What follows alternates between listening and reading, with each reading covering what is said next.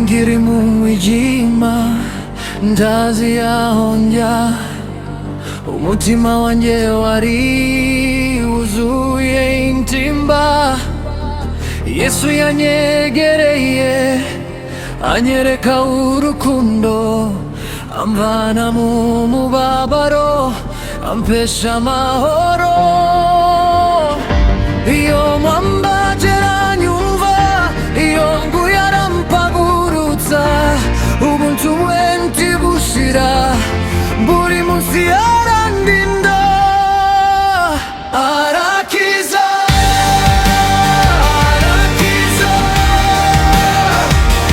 Yesu niwe mwami ukiza. Yashize mu mucyo apfa ubugingo, zamusemiza iteka yose. Arakiza, arakiza, Dawudi umeze nkawe,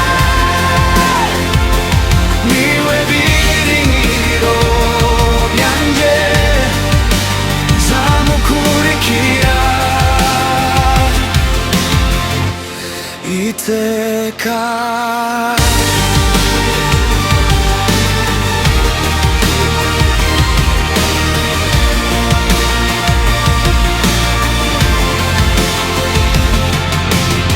Imvura y'ibigeragezo iguye,